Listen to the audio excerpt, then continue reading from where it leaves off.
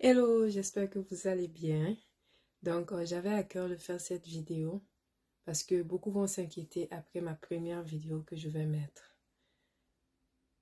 Ce mois, j'ai subi ce qu'on appelle les attaques. Yes, les attaques. En fait, toute l'année, hein, mais ce mois, ce mois de décembre 2025. Yes, j'ai dit yes. Le diable était à l'œuvre. Mais moi, ça ne me décourage pas. Cette année, vous savez, avant chaque année, je prends du temps pour prier, pour réfléchir. Vous pouvez penser ce que vous voulez, pour méditer. Je prends des temps de retraite pour avoir une direction pour l'année qui vient. Vers la fin de 2024, j'ai reçu que 2025 allait être, pour moi, hein, je ne sais pas pour les autres, l'année de la foi en action. Bon, je rigolais. Le 1er janvier, à chaque 1er janvier, j'ai un groupe de femmes. Déjà le 31 décembre, la nuit, on proclame.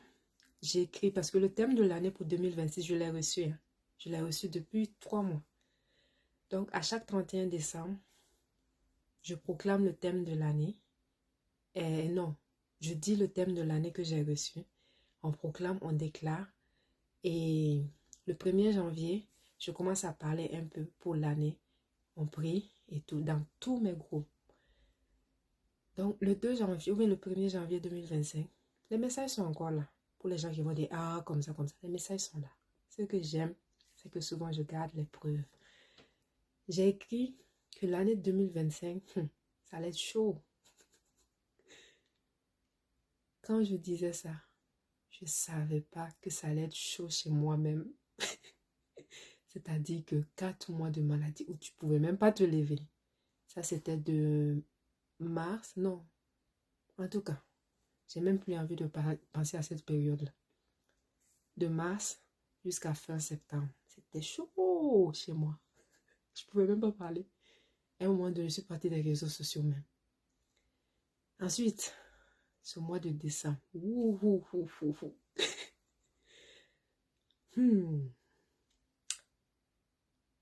Ça a commencé vers fin novembre. J'ai eu une grippe. Je ne comprenais rien. La grippe, la toux. J'ai dit, tiens, ça c'est quoi ça? Je ne pouvais même pas me lever. Je ne pouvais pas manger. J'ai dit, ok. Souvent, je publiais les messages, j'étais couchée. Souvent, je parlais dans mes formations. À un moment donné, je m'arrêtais. J'avais des problèmes de respiration. Je me suis dit, ça c'est quoi encore? Il n'y a pas de problème. Dieu ne m'a pas parlé, ne m'a pas dit quelque chose de mauvais. Donc, je compte sur lui. Je continue mon travail parce que je suis servante de l'Éternel avant tout. Je continue mes business. Et on avance un peu, un peu. À un moment donné, je ne peux même plus marcher. Je dis, mais ça c'est quoi? Il a fallu que le médecin m'appelle plus tard, des semaines plus tard, pour me dire que on a reçu vos prises de sang et vous faites une anémie sévère. J'ai dit, yes, merci. Ils m'ont prescrit de la vitamine B12 et ensuite ils m'ont prescrit de la médication pour calmer les symptômes de l'hyperthyroïdie.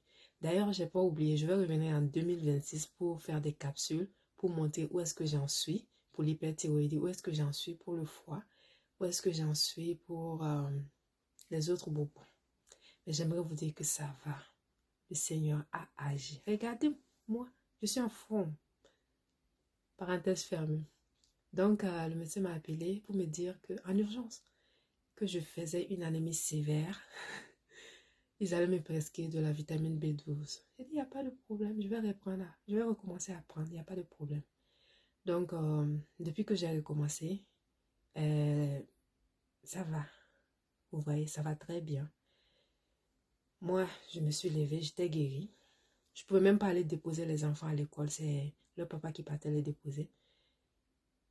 Dernièrement, quand j'étais guérie, le 20 décembre, c'était la dernière journée pour cette session. Je pense que c'est comme ça que ça se dit. Quand je suis partie, les éducatrices, elles toutes, elles sont venues m'entourer. Oh, madame, il y a votre mari qui nous avait dit que vous étiez malade et tout. Et c'était beaucoup autour de moi. Qu'est-ce que vous aviez? Ouais. J'ai dit, hé, Seigneur, la grâce de Dieu. Je les ai expliqué que non, je faisais de l'anémie sévère et tout, mais ça va maintenant. Ils m'ont dit, oui, c'est la période, presque la moitié de l'école est malade. J'ai dit, ah, c'est pas grave. Le plus important, c'est que je sois de retour. Et après ça, les enfants sont tombés malades. J'ai 3 enfants, l'un après l'autre. Moi, je termine, je me lève, je suis contente. Je suis là un jeudi. On m'appelle de venir chercher mon fils en urgence à l'école. Et j'ai dit quoi? Mais j'avais la paix. Mais je sentais que c'était chaud.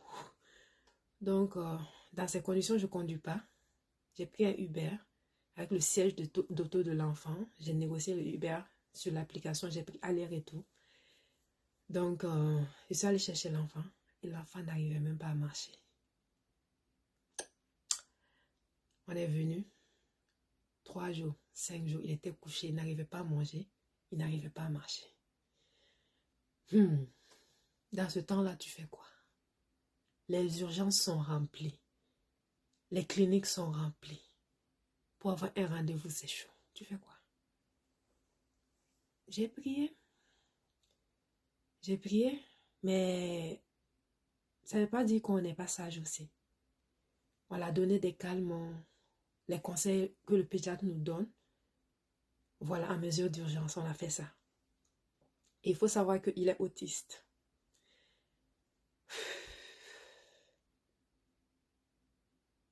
On l'a donné de la médication.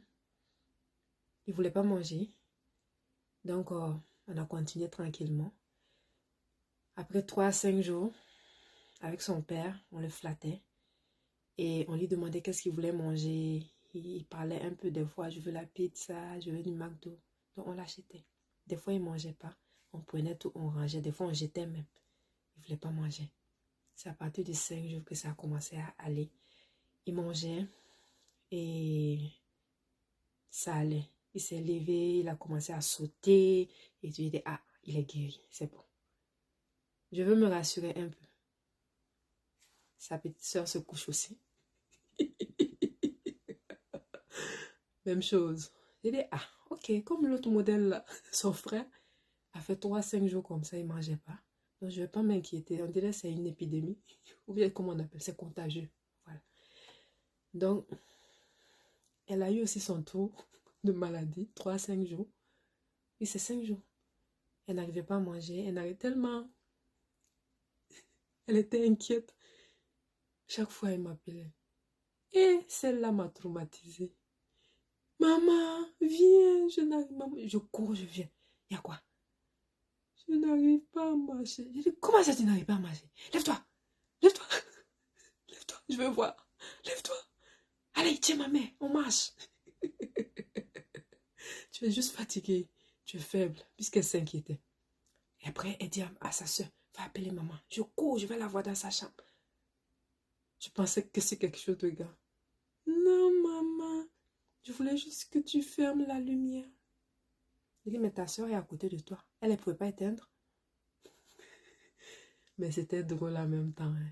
C'était inquiétant, c'était drôle en même temps. Après, elle se lève. Elle aussi, bon. Elle a commencé vers 5 jours. Dit, ah, je veux manger la pizza, elle me fatiguait. Donc, je commandais sur Uber Eats, il venait me donner. Même chose, je finis avec elle. Le 24 décembre, sa grande soeur se couche.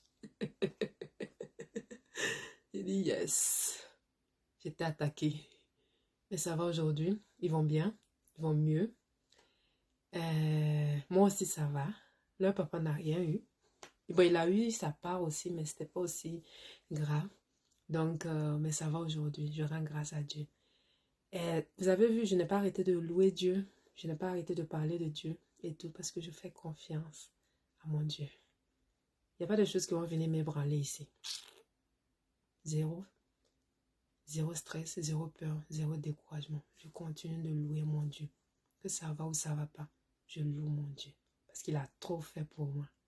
À bientôt.